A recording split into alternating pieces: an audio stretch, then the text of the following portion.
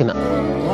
في مجلس الشيوخ الإسباني الآن سأل النائب البرلماني الإسباني نيسيتو خافير أرماس غونزاليس الحكومة الإسبانية عن نية إسبانيا التنازل عن المجال الجوي للصحراء الغربية وجزر الكناري من الباب الخلفي وفق تعبيره لصالح المغرب، مستندا في ذلك إلى معلومات استقاها من داخل قطاع الطيران الإسباني.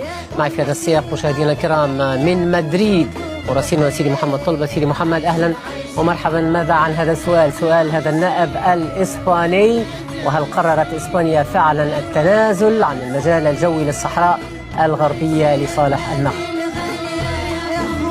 مساء النور حكيم. في الحقيقة النائب خبير وهو ينتمي إلى حزب الاتحاد الكندي وهو حزب قومي كندي صغير. سأل الحكومة كما قلت إن كانت تنازلت للموري عن ما يسمى بخدمات العبور، خدمات الجوية للعبور، وقال بأنه في حال ذلك كان صحيحا كما توكله مصادر بحوزته، فإن ذلك سيكون بمثابة تنازل غير معلن أو مخفي عن الأجواء أو المجال الجوي لكل من الصحراء وجزر الكناري. في الحقيقة له الحق نوعا ما أي تنازل، وحتى إذا خص فقط ما يسمى بالخدمات الجوية للعبور، فإنه فيما يتعلق بقضية إقليم الصحراء الغربية فإنه يعد رمزية كبيرة جدا، خصوصا بعد التحول الموقف الحكومة الإسبانية إزاء هذا النزاع قبل سنتين. لكن مع ذلك هناك فرق كبير ما بين الخدمات الجوية للعبور وبين ما يسمى بإدارة المجال الجوي.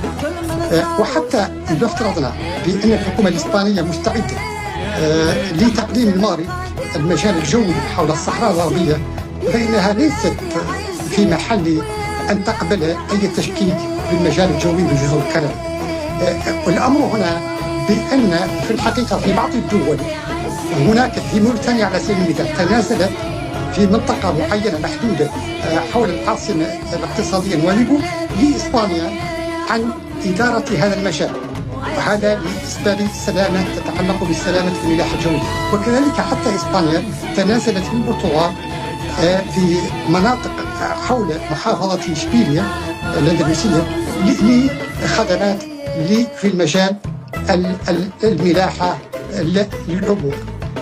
لكن هذه كانت نطاقات ضيقة جدا، والنطاق هنا أكبر، وخصوصا يتعلق بالصحراء. تعلم بأن هناك نزاع حول الصحراء، وكل ما يتم هناك لا ينبغي أن يدرس بشكل جيد، ويعني شيء كبيرا بالنسبة للأطراف المتنازعة حول الإقليم.